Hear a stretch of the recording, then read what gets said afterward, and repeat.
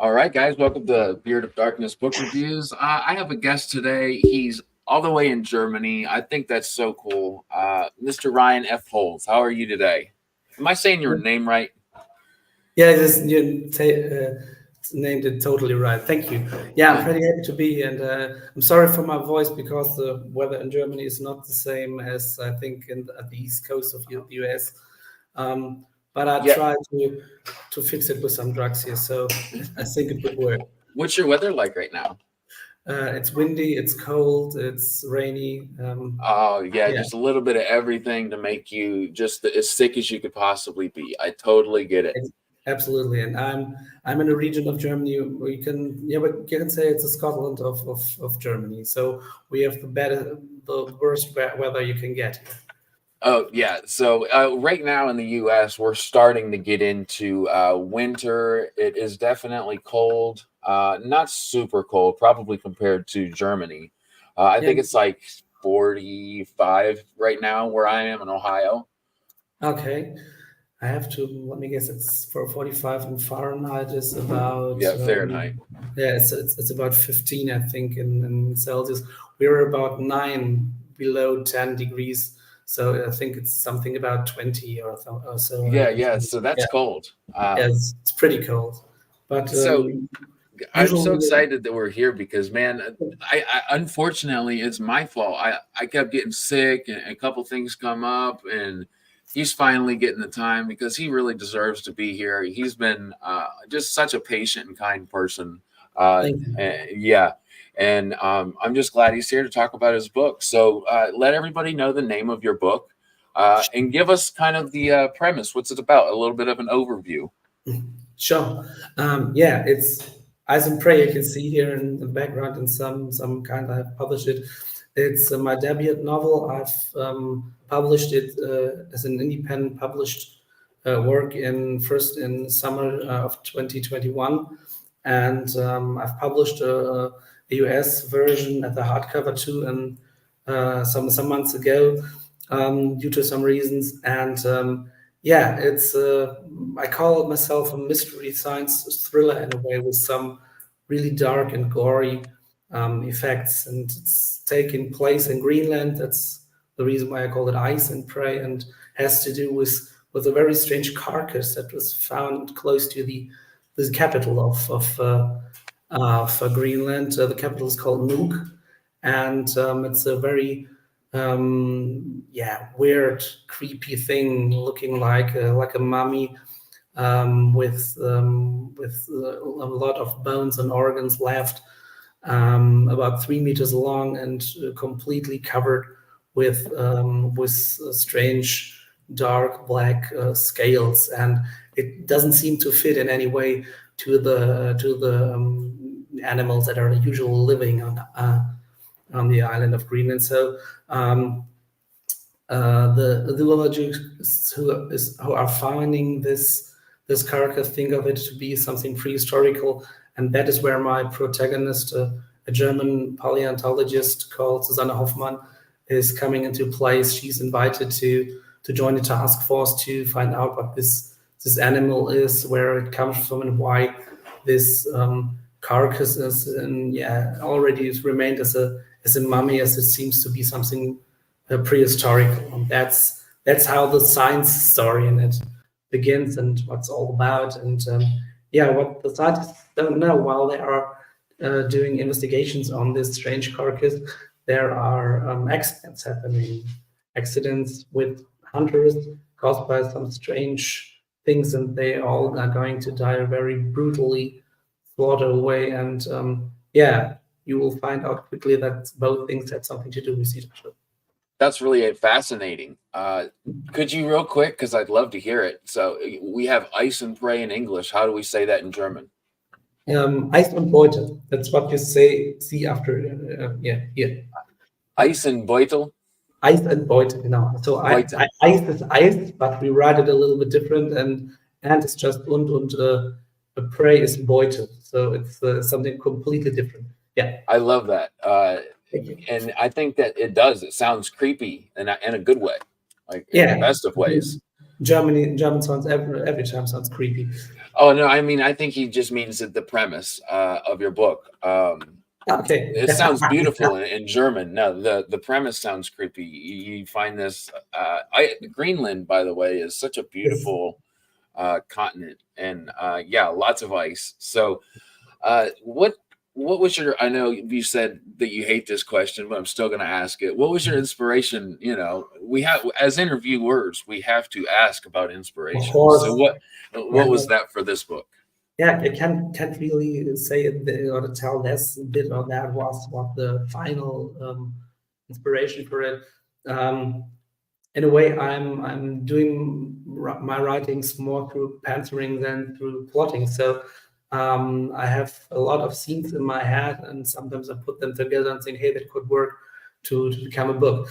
And I was watching a documentary where they did some autopsy on some strange. I think it was the carcass of some marinal things like a bit squid or something. And I said, hey, that's cool. Well, maybe let something happen like that, and let this autopsy lead to something strange. That would be a good idea for a new book. And so I was thinking about what kind of animal it could be, and where it could take place. I first wanted it to take place in Scotland, but as I wanted the showdown of the plot happen in Greenland due to some reasons. I knew absolutely nothing about Greenland, and as I started researching about this country and found out, hey, there are cities, there are even people living there. I found out that it's a really interesting culture and a really amazing country. So I threw away my original idea completely and rearranged the whole book around Greenland and rearranged the whole plot around it. And Oh that, that, wow, that was, in fact, the inspiration for Ice and Prey. that's cool. So it sounds like just you had a really cool idea and you shaped that idea around finally in your head with Greenland and their Yes. culture and their people. I love that. I'm not quite sure what this means. Montague says, "Will it be a cryptid?" Yes, it will be something around a cryptid. Yes. What does that mean? That mean cryptids are creatures, mythical creatures that are in a way not really sure to be known if they are just fictional or if they are real. Most scientists would say they are fictional. Something like the Bigfoot, for example, or the Yeti, that are cryptids. And I do arrange my books at the moment of my book projects all around cryptids because I really find it very interesting to work with cryptids. Um, um, yeah, you say. Okay. Uh, Yeah. So um, he says cryptids are mythical creatures, but some cryptids are proved out. That's awesome. yeah, I love yeah, that. that's correct. And many cryptids have even when they are just mystical, they have some kind of real core in their story and their myth, and that's what I really find pretty interesting about them. So I arrange my stories at the moment around cryptids, and my question that's going up in my head is. mm, when if they are real, what would be the reason and or how would they scientifically work if they would be real? And that's where all the science stuff comes into place in my books. Yeah. And I love that. So you take this question or a lot to do with anatomy and physiology yes, and research, and yes, even kind of brings a question: can this be real? Is there maybe something it could have evolved from? That kind of thing. yeah, something like that. Exactly. That sounds like super interesting. Definitely going to something I'm going to look more into are cryptids. I didn't know that was the name for it, Yeah. but that sounds really fun. Um, It is absolutely, and it's amazing to since I haven't studied anything like biology or like zoology, or prehistorical issues or something. I do have to talk a lot to experts about it, and so when I start a book, I try to figure out some ideas, And then the next step is to get in contact with real experts, with real scientists who would work with me together, because it's not very easy to find scientists that say, okay, I share my knowledge with a fictional author for just some kind of novel writing. That's really hard, but it's really amazing. It's much of fun. Yeah. So, for this book in particular, were you able to seek out scientists Yes, and talk about what your book is about, and kind of give them a little bit? They yes, give you a little bit of feedback. yes. I get. I had a microbiological expert from the University of Nuuk who gave me some of her experience, and especially some of their real experience, how the conditions are in Nuuk and in the University of Nuuk, and which conditions they can, or accommodations they can use to do some testings with a real carcass if it comes up or something. And I had yeah, really, I was very happy about it. A guy called Dr. Thomas Tütkens. He is a professor for paleontologic isotopic research. Wow. And yeah, he proved a special method to measure the average body temperature of species that are living today, but had also lived millions of years ago. And he proved it with the tooth, with one tooth of a molar of a mammoth, together with some professors of and some scientists of Oxford, and farming together. So it was a very interesting study they made, and this German professor was involved together with the Harvard and Oxford professors, gave me some inside knowledge about this method and how it works, and how everything what I had to know to describe this method in my book.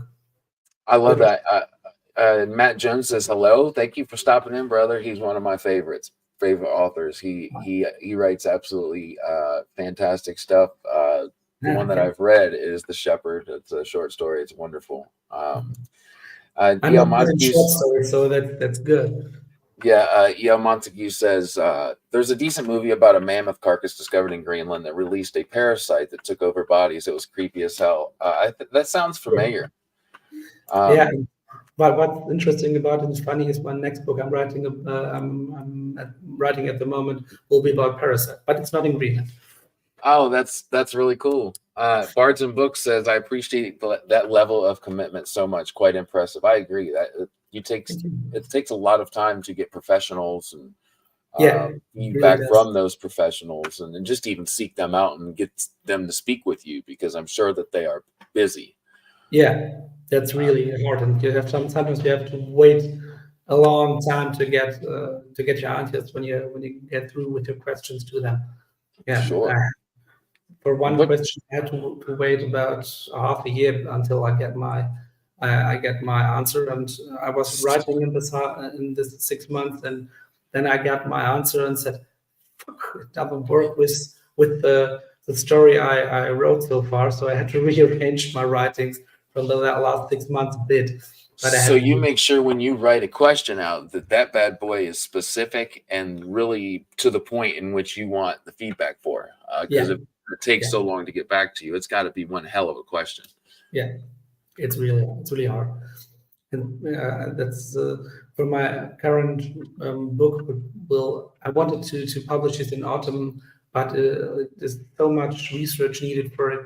It will be called Aching Deep, and it's about parasites, and on the other side of about autopsies and some biological issues. So I have 3, 4 experts in the background from South Africa to Germany to Slovenia and so on. Ooh, I Um, love the mixture of cultures you just said. I mean, totally different cultures. yeah, and I love that too in my books. For example, in Ice and Prey, you have a German protagonist. I always choose the German protagonist because, well, I'm a German, so the That makes easiest perfect way, sense.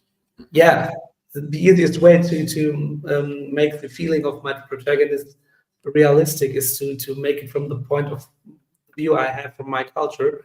But of Brilliant. course, there are Danish people from the University of Copenhagen. Ours too. Yeah, you just talked about that. Your wife is have Danish ancestors. Yes, Uh, yes, exactly. And yeah, so EO and Montague asked a wonderful question. I'm actually, it just came through. I'm so sorry. Sometimes I interrupt because of the lag. I'm so sorry. Continue. yeah, That's never meant as something that's rude. I promise. everything's fine. Yeah, as you said, now it's the other way around. I first wrote in English and then I translated into German. That So we were talking about this before, EO Montague. I said, is it a common thing in Germany to? Because I didn't know. I was, it's very cool that I'm talking with somebody in Germany right now, and it's not in German. it's, I just didn't know the English was a common language there. And will you go kind of tell everybody what you told me? yeah, it's well, yeah, every person in Germany has to learn English in school for at least 5 years.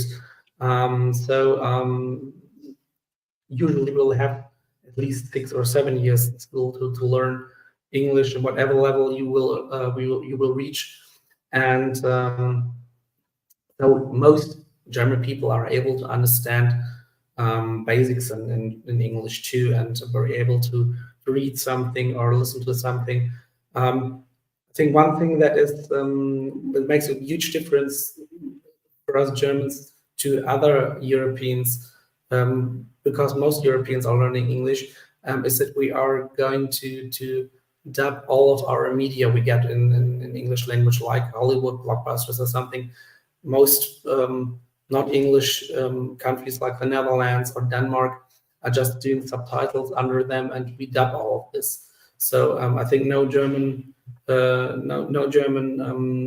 cinema nerd will would ever known what the real voice of Bruce Willis is or something, because everyone just knows the German voice of them, and I that makes it, in my opinion, makes it a bit hard, and that's what I can see by my students or by my son who is learning in seventh grade now.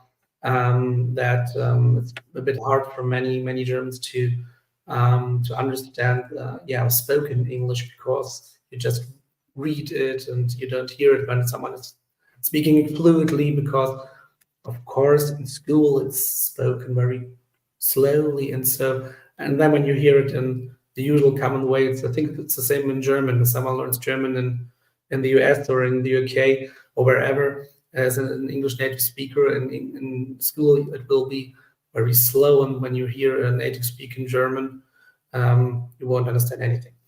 Yeah, no, I get what you're saying because when I like I said, I was telling you, I learned. I think I took 3 or 4 years of Spanish in high school, and when you actually hear people with that's their language that they started Yeah, with, or their um, that they're used to speaking, it's often a much different dialect. yeah, It's faster. That's the main thing. It's faster. I mean, and a yeah, lot of the times they use shorthand uh, versions of the word because they're used to saying it. exactly. Or You just, yeah, in Germany we don't speak anything when we do it in all day language, more like a slang kind. So we just don't speak every word completely out like you learn it in school. I think, and especially in the US, you will do the same. But due to my career, my interest in English, I had a lot of conversations with people from the US, from UK, from China, and Hong Kong, because I worked as a business consultant before I did my current work. So I had a lot of customers, and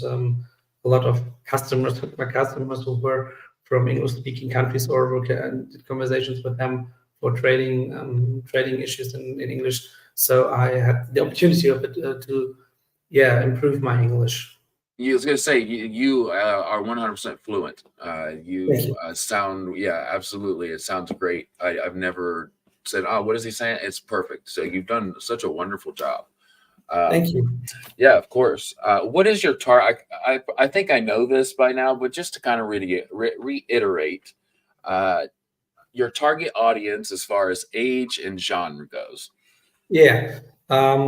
My target age, of course, will be, yeah, more adult or older teenagers, but more adult, because there is a lot of scientific stuff on one hand.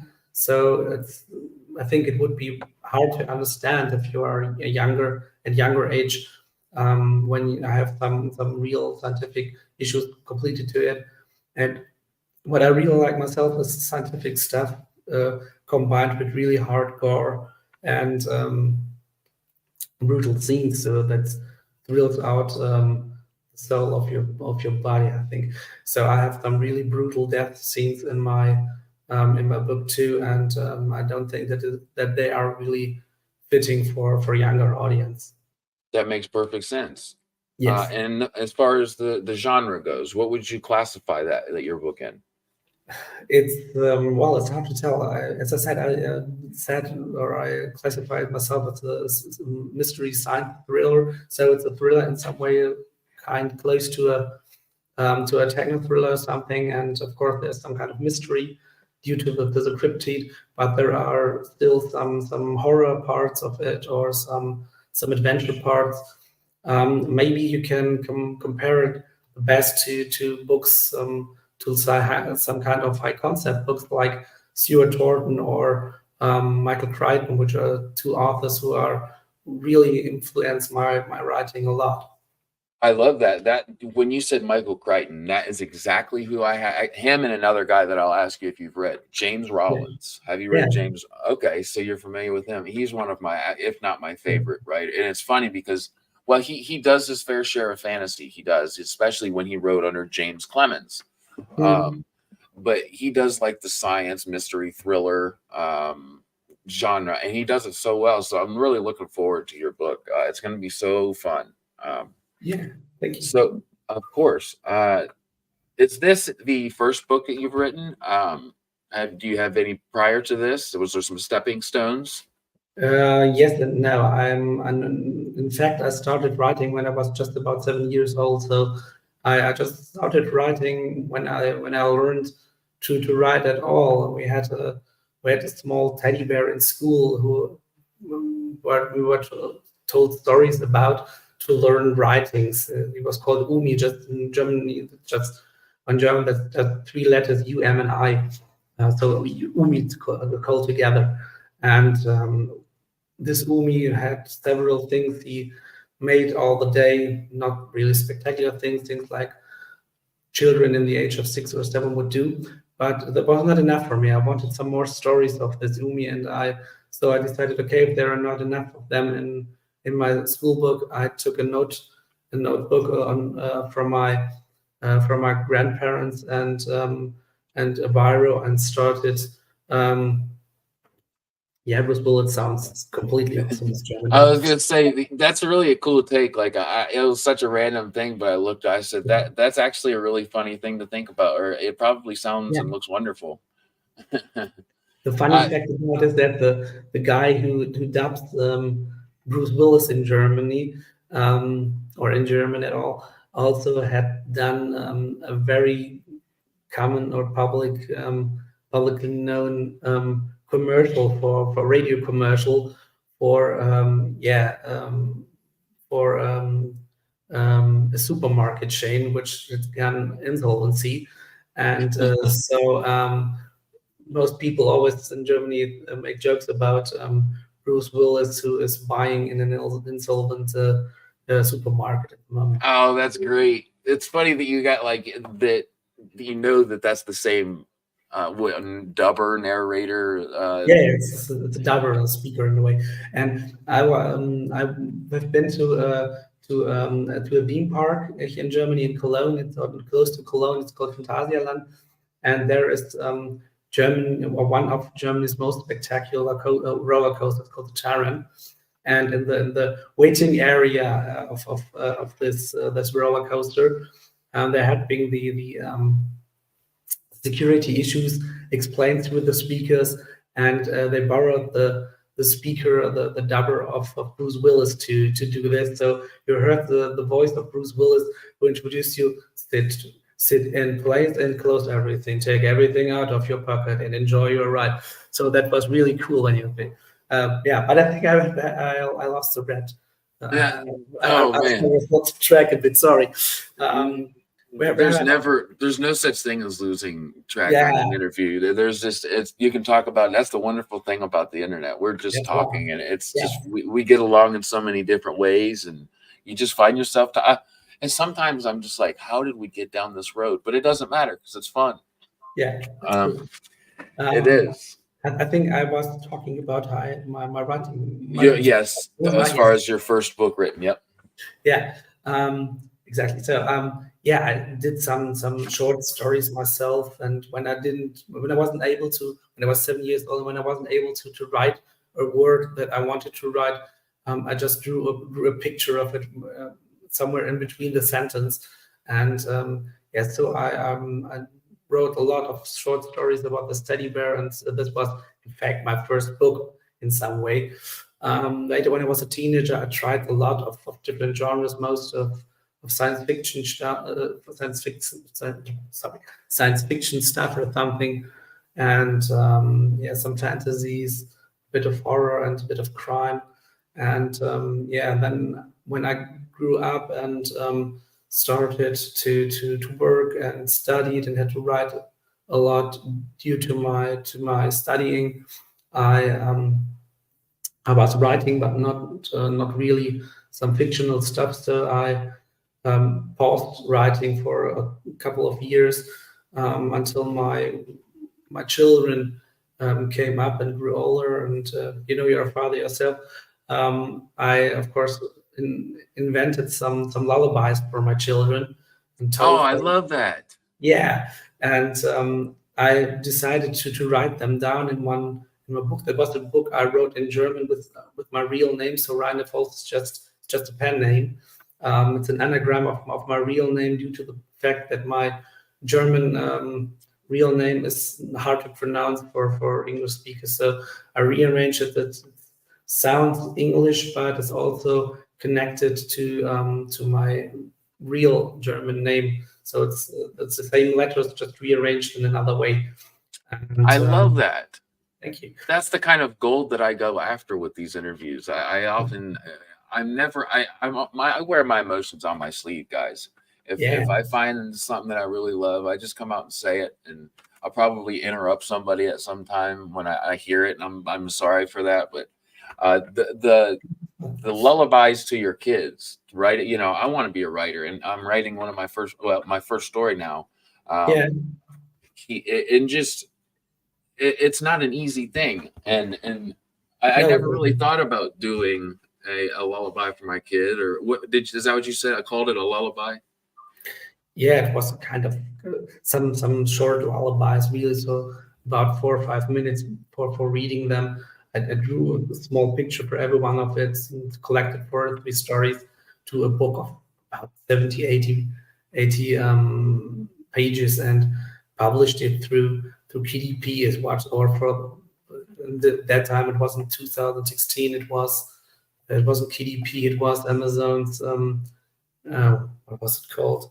Independent Space or something. I forgot the name, what the platform was called in the days back. And yeah, I published more for myself and for my children to have a book that I can lay under That's the gonna Christmas. mean yeah, that's Yeah, gonna mean so much to your kids. Like you yes, know, one day when when the inevitable happens, your stories will live on past you, yeah, and that's one of the things that I've heard a lot of authors say that I never really thought about. It's like when I'm gone, my stories will still be here and yeah, hopefully being enjoyed. So that's I love that. Um, absolutely. Yeah, and I addicted my of course this book I addicted to my 2 sons, and I also addicted my novel that I wrote in 2020 to 21 2021, sorry, to my children and my wife too, because there's a lot of to do with environmental issues and something in the backstory. So since they are the generation of me that will live on when I'm gone, and they have to live on this planet, I addicted it to them to enjoy the beauty of I this. love that. Yeah, And I think I like what Yalman he says. Writing is immortality if you do it right. I think yes, that's. That's great. Absolutely. I think one And of he also said that he sold hardcore brutal deaths. He sold. He's he's into it. So that's got to feel cool yeah, to. get it. Well, that's what we're here for. I hope everybody that watches this gets it, and all the success. I love what you've done. I usually do just enough research because I don't want to know I don't want to know the answers to all my questions before I ask them. Now that may sound like a cop out for me just to not do a whole lot of research, but there is actually a lot that goes into me planning that.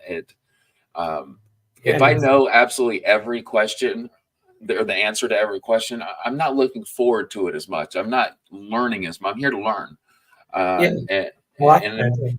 Yeah, that's the reason why I'm writing what I'm writing at the moment. So it's a completely new genre for me, and it was a kind of experiment to say, okay, let's try.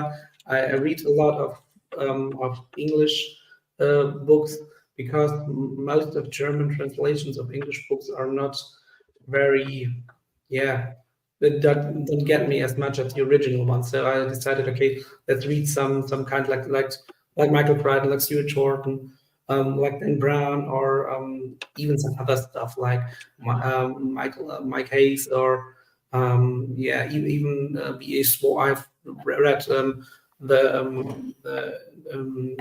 the Invisible Life of Eddie LaRue, which is called a female book, but I like the okay, there are some sex scenes that are quite female, but I like the story and the idea behind it a lot.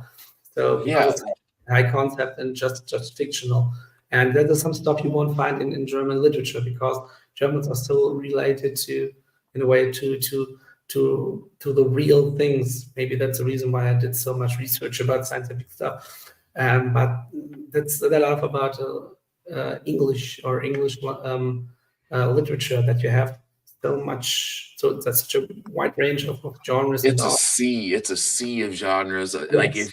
no matter what, I was talking to Beth Tapler last night. She's a Yeah. reviewer for It's Grimdark really, magazine. Oh yeah, I'm so glad. yeah. And before we go blog, and just these recommendations she threw at me, some were hilarious titles that I can't wait to just something I had no clue that it even existed. Yeah. Pardon my French, but I believe one was called punching it sounds like Sean punches the future in the dick. Excuse my French, Okay. but it's like, where did this title come from? Okay. So yeah, so it's like literally there's so many different genres that you can write into, and if you're not Yeah. a writer, you can read those as well. Of course, Uh, I do read a lot, and I do read a lot of indie stuff. I just did a book swap with a couple of indie authors the last few weeks. Casey Sutton, for example, I think you know him. Casey Um, Sutton, yes. yes, we changed Ice and Prey for Malthus, so the Malthus will be the next book of mine to read list to be read. Yeah. So I have to talk Yes. about him now.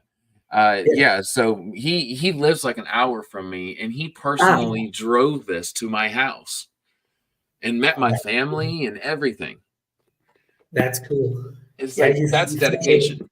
he's really a patient, nice guy. He had give me such nice yeah tips or advice how I can get my book more or better to the US audience in some way, because it's really hard to get yeah to the US or the Canadian market as a German author. Yes, I was going to ask you kind of like I'm going to get to Monty's question, and now I was going to touch on that a little bit. He says stories allow us to see the world through another's eyes, not just people's or creatures, but we can see from a female's POV and vice versa. I totally agree.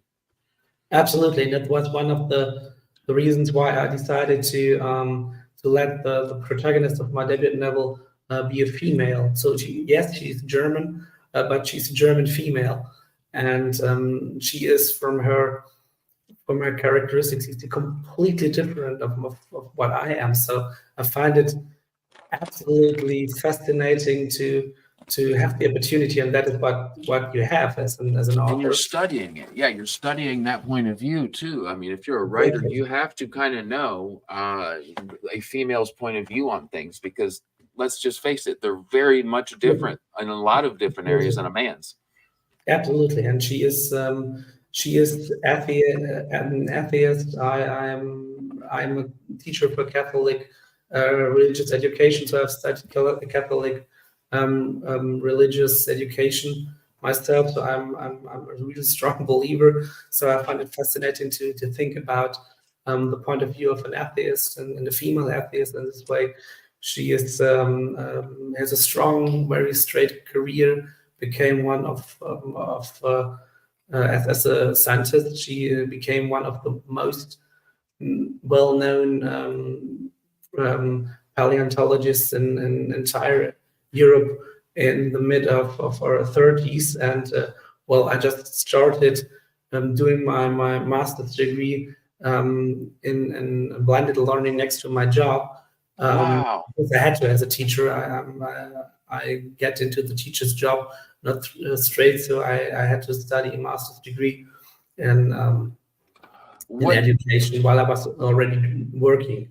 So I respect that. I want to say that real quick. My grandmother went to a Catholic school here in the U.S. in Michigan, and I'm not Catholic myself, but I am a believer. But I absolutely love the stories she would tell me, and she was very, I don't know how to say it. I think the Catholic school gets especially when she was growing up in let's see, the 40s, 50s, and 60s, that era, were somewhat strict. And I think she definitely got a lot of good through that. So I wanted to say I respect that. That's really cool. And you've continued your education. I really look up to that as well. So thank you for sharing that tidbit of information. I find that so interesting. You're welcome. Yeah, but in fact, as you said, I think we also went to a Catholic school. I have been to Catholic schools my own, and I'm teaching at a Catholic school at the moment, but it's more accidentally that it's Catholic school because I'm working as a vocational educational school. We have special vocational educational schools here in Germany. For young adults or older teenagers. For construction jobs, like HVAC, that kind of thing. Is that what you mean?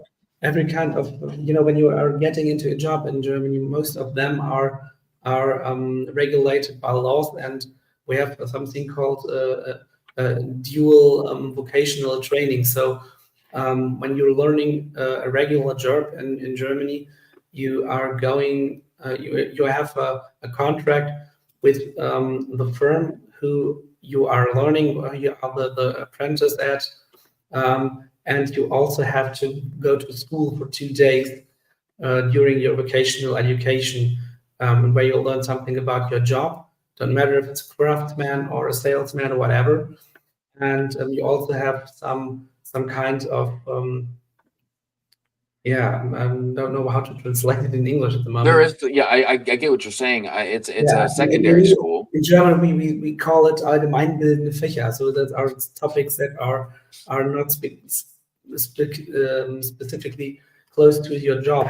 For example, I'm teaching religious education, political education, and economical education, but I'm teaching craftsmen a lot. So they have to do a test in political and it's a mix of political and economical education, and so I'm teaching them the basics in these cases.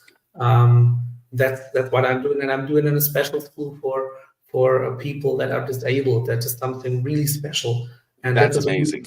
That's the reason why the school is Catholic, because there are just a few schools for vocational education that are specialized for people with mental or intelligent disabilities, or with physical disabilities. Not the problem, but mostly there are have problems with learning, autism, highly depression or something. And so that are my students. They are learning in special kinds of education, so learning in smaller classes and so on. And I do this because as I said, I had been a business consultant before, and I decided to quit my job and to close my office, which were really good. As I became father the second time, my second son was born with trisomy 21, Down syndrome, and the reaction of my business partners was so creepy and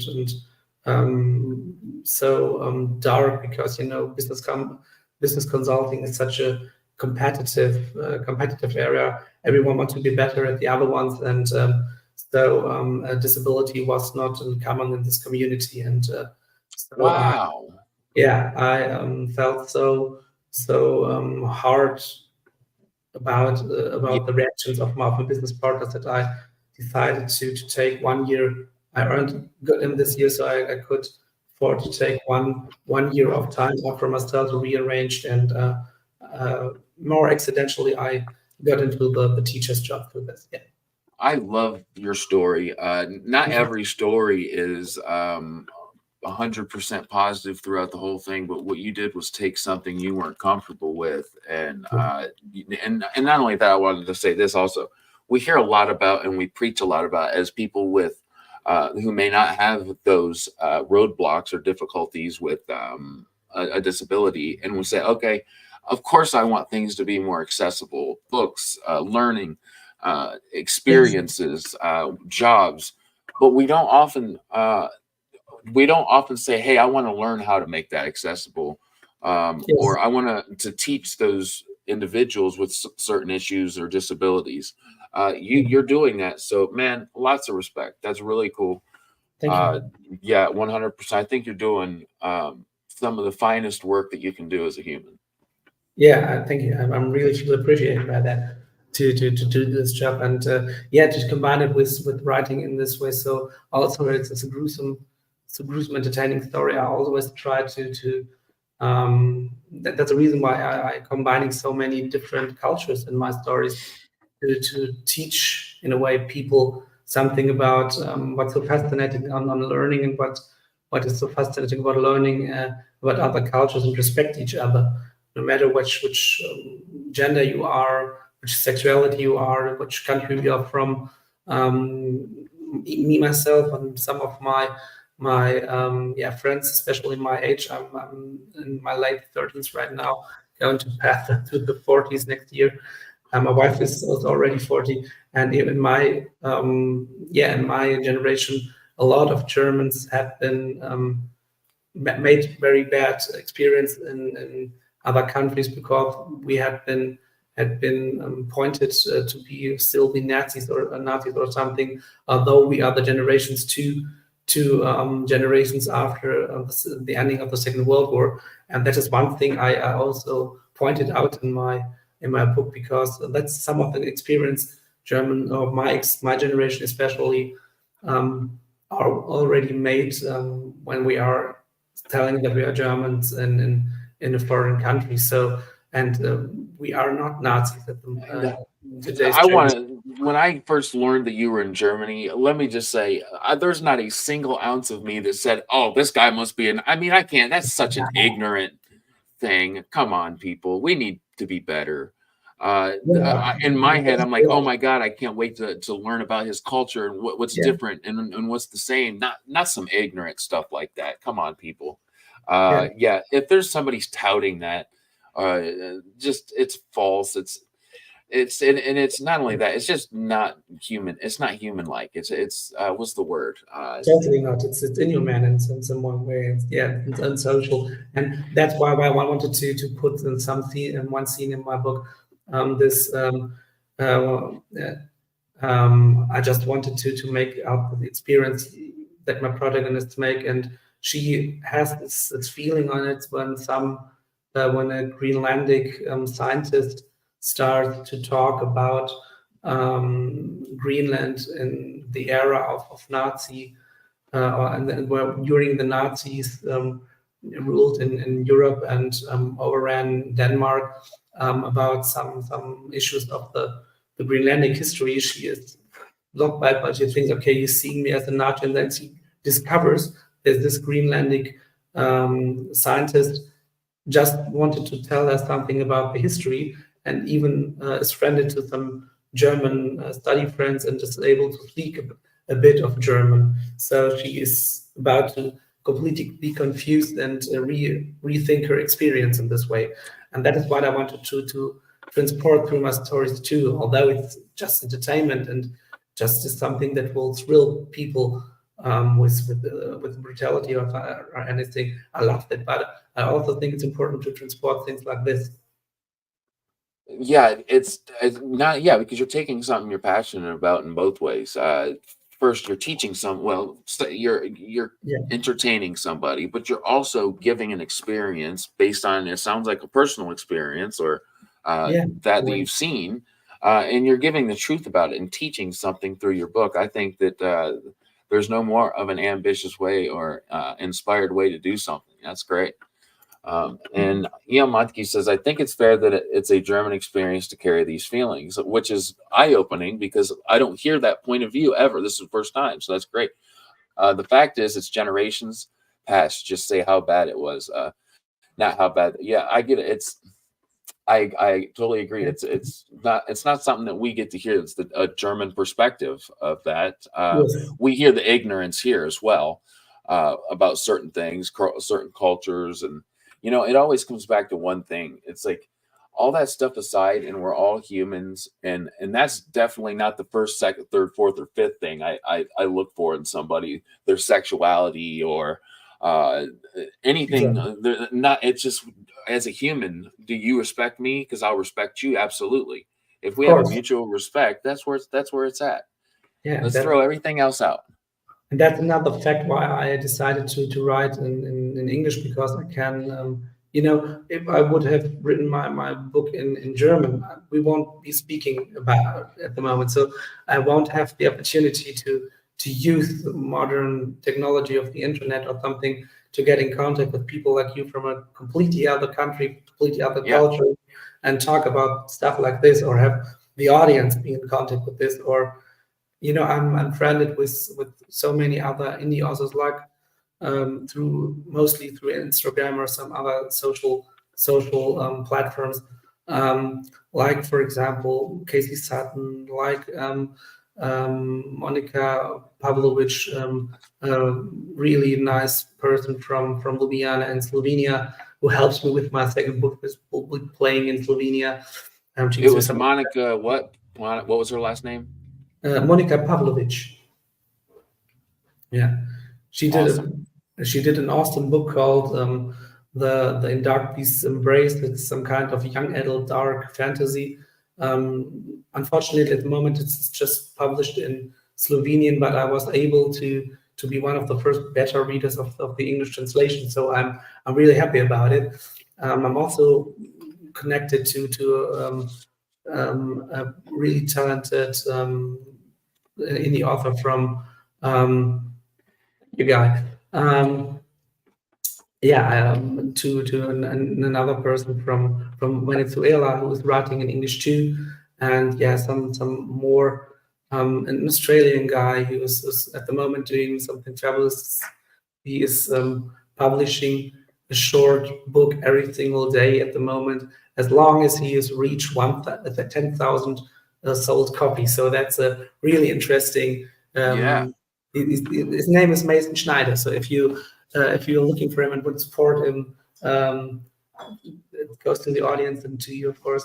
So please support this guy. He's really patient, really a nice guy, I young, write talented. all the names down for a reason. I Yeah, absolutely, and I usually touch base with these people as well, because it's just this endless. It's word of mouth is just the best. It's the best way of getting your absolutely. story across, getting the names out there, Yeah. and that's what I'm doing. So yeah, that's the main thing I'm doing right now, is getting some names out there, because Yes. now I love to read and do reviews, which I'm still doing, but it's not at the pace that I would like to be.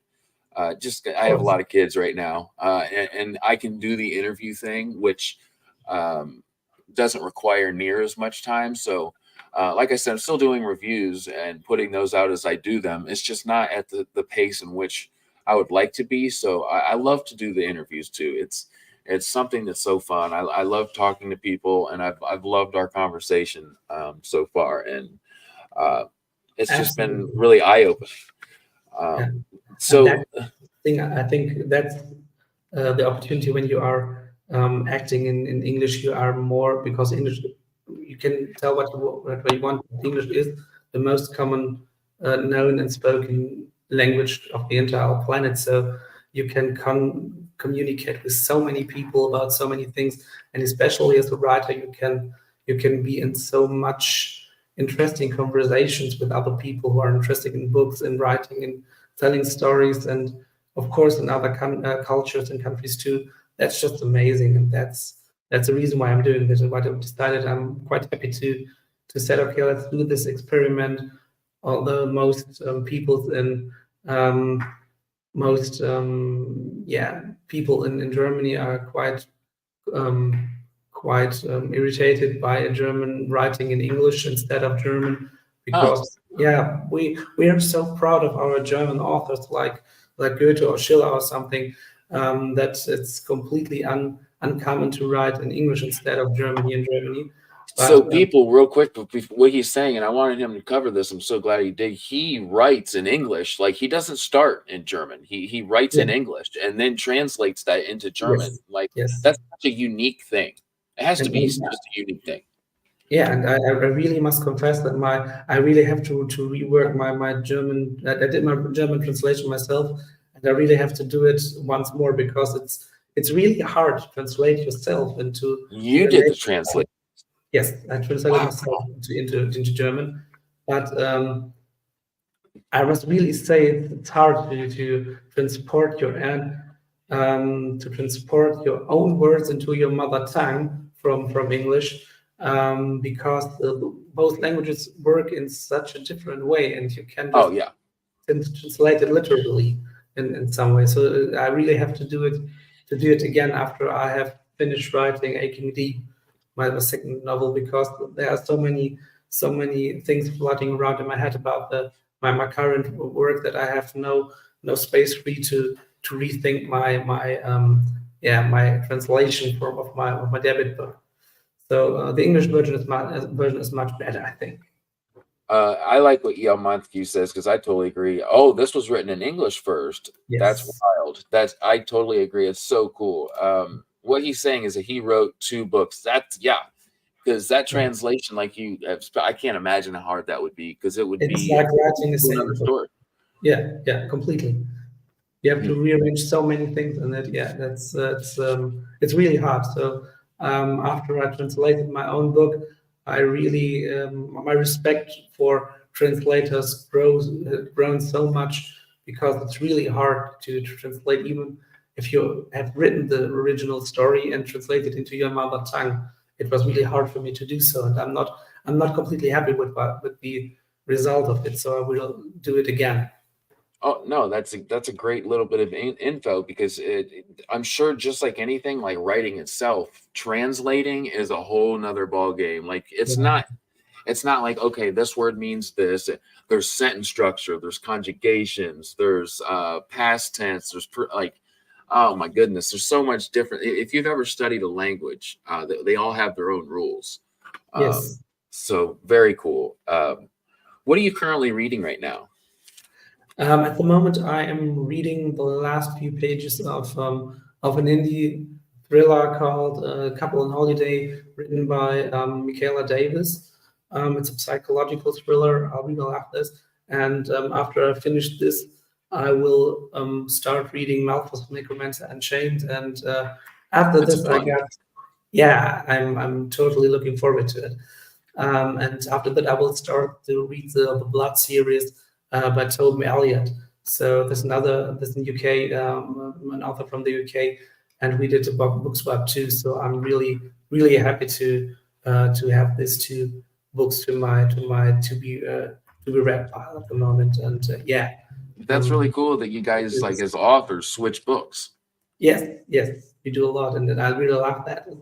It's awesome to because my genre is very specific, but all other genres are specific too. Like the combination, for example, of not usually I won't read a young adult fantasy story like in Dark Beast's Embrace, what Monica had written with the first book of the series. But um, as I read it and discovered that it was okay, it was much darker than I expected. It was that I thought, okay, it's the old story, a senior prom student getting in touch with some kind of demons or something. You know this from 100 and more stories before, but to see this one set in Slovenia and in the Slovenian culture with some Greek myth in it, and so that was so amazing and something completely new, and I really loved that a lot. Although wouldn't have been a book that I have bought myself when I had seen it in shelves, so I was really happy to do so. And yeah, I'm really looking forward to what I'll be reading next, and I really appreciate to reading the thriller of Michaela at the moment. So that's really a cool thing, and Yeah, that's that sounds really amazing. strong within the indie author community. That's what I'm really happy about. I'm hoping after, well, of course, like Yamaki says earlier, we're following you on Twitter now, and he and I are part of a really good community as far as the indie community, and yeah, that's going to be cool to share your name. I'm excited for you. So, what is next for you? Yeah, next is the book I've spoken a bit about already. It will be called Aching Deep. It's a project I'm working more than a year at the moment. I've just written a bit less than half of the first draft, so it will take a bit more to complete it. It's again some kind of mixture of science and mystery, and it will be even much more gory than Ice and Prey, much more bloody and brutal, but filled with much more information and science too. So the cryptid in this case will be a kind of special kind of parasite that causes people to commit very brutal kind of suicides. Oh, And wow, that sounds super interesting. yeah, and as I wanted it to be realistic, I of course in contact with an expert from Professor John Fried from South Africa, who is an expert in parasites, and I have to ask him so many questions about medications, which medications works how and against what kind of parasites and so on. I have to completely throw my first ideas about the parasite away, and yeah, then you will have to get in contact with the culture of the Romani people too, and of Slovenia because it's taking place in Ljubljana, and yeah, so you will getting in contact with SOVA, the National Security Agency and Intelligence and Security Agency of Slovenia. I'm happy to be in contact with the press and media speaker of the real SOVA, of the real something like the Slovenian kind of the CIA in some way. And she gave me some inside pictures and some inside information so I can describe the headquarters of this agency realistically and the structure of it. And that's I pretty cool. Yeah. I absolutely love that. I'm excited for that. I'm excited for you. Any minute, my son's going to be popping through the door back here, so I kind of, he gets home off the bus at 4. Well, 4 here. It's 10 there, right? Yeah. So We're both yeah. I just, I just really wanted to say that I appreciate our talk. It won't be the last. I appreciate those who showed up, and I just wish the best for your book and what you're doing. I really look up to it, and until next time, guys. I hope you have a wonderful day, and I hope I'm saying this right, Ryan. Auf Wiedersehen. It was pretty good. Thank you. All right. Hope to see you again. Yes, Bye. sir. Thank you for Bye having me bye. here.